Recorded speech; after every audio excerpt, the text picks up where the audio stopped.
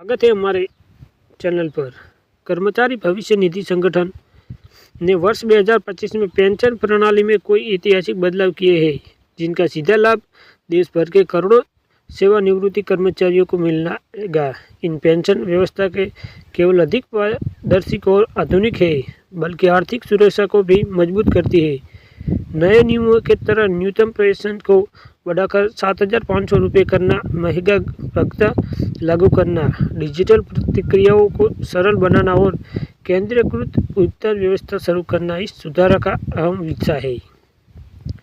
इन बदलावों से यह स्पष्ट हो गया है कि सरकार और ईपीएफओ रिटायर्ड कर्मचारियों के जीवन स्तर को बेहतर बनाने की दिशा में गंभीर है। विशेष रूप में जीवन यापन की बड़ी लागत को देखते हुए पेंशन संचार में किया गया यह सुधार लंबे समय तक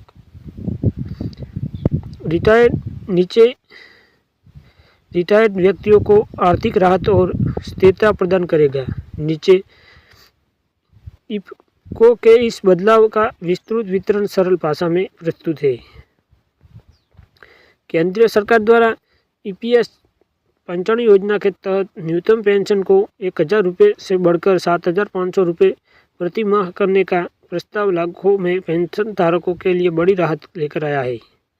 यह आर्थिक सुधार मार्च 2025 से लागू होने की उम्मीद है, जिसमें देश भर के करीब 62 लाख से अधिक पेंशन भोगियों को इसका सीधा लाभ मिलेगा।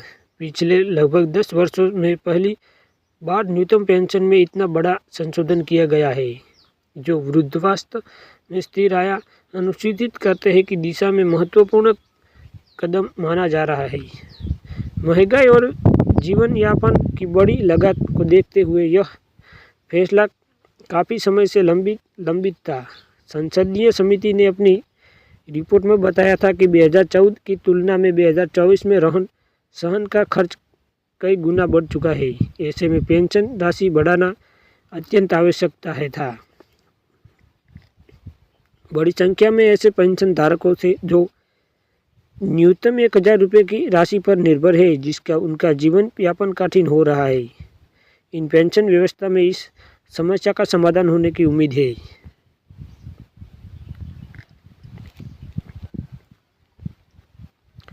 पेंशन धारकों के महंगाई भत्ता लागू करना एक क्रांतिकारी कदम है।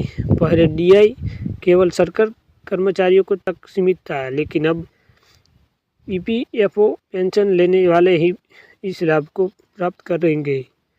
यह महंगाई भत्ता अखिल भारतीय उपभोक्ता मूल्य सूचकांक से जुड़ा होगा, जिसकी गणना के आधार पर समय समय पर इससे संशोधन किया जाएगा। इससे बढ़ती महंगाई के बीच पेंशन धारकों की क्रय शक्ति सुरक्षित रहेगी।